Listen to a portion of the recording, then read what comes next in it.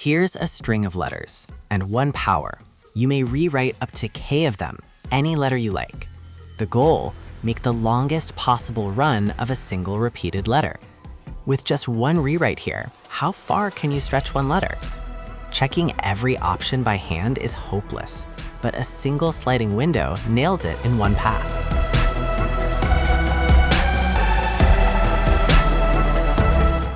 Let's pin it down.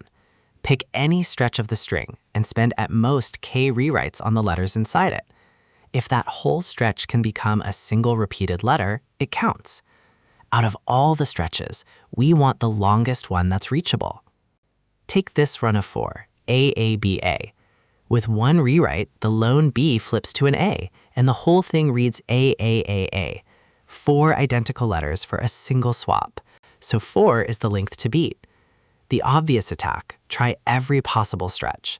For each one, find its most common letter and count how many other letters you'd have to rewrite. If at count is k or fewer, it's achievable. But there are roughly n squared stretches, and scanning each to tally letters piles more work on top.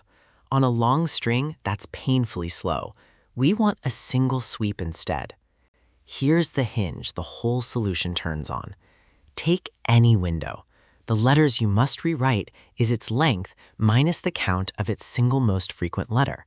You keep the majority and overwrite the rest. So this window is achievable exactly when length minus that top count is at most k. Why the most frequent letter? Because rewriting is wasted effort otherwise. Whatever letter already shows up the most, you leave alone, and every rewrite goes to converting the others. Fewest rewrites, biggest run. The top count is the part you get for free. That formula begs for a sliding window. We keep 2 ends, left and right, and a tally of how many of each letter sit inside. From the tally, we always know one number that matters, max freq, the count of the most common letter in the window right now. And the rule writes itself. The window is valid while its length minus max freq stays at most k. So we push the right end out, growing the window and updating the tally.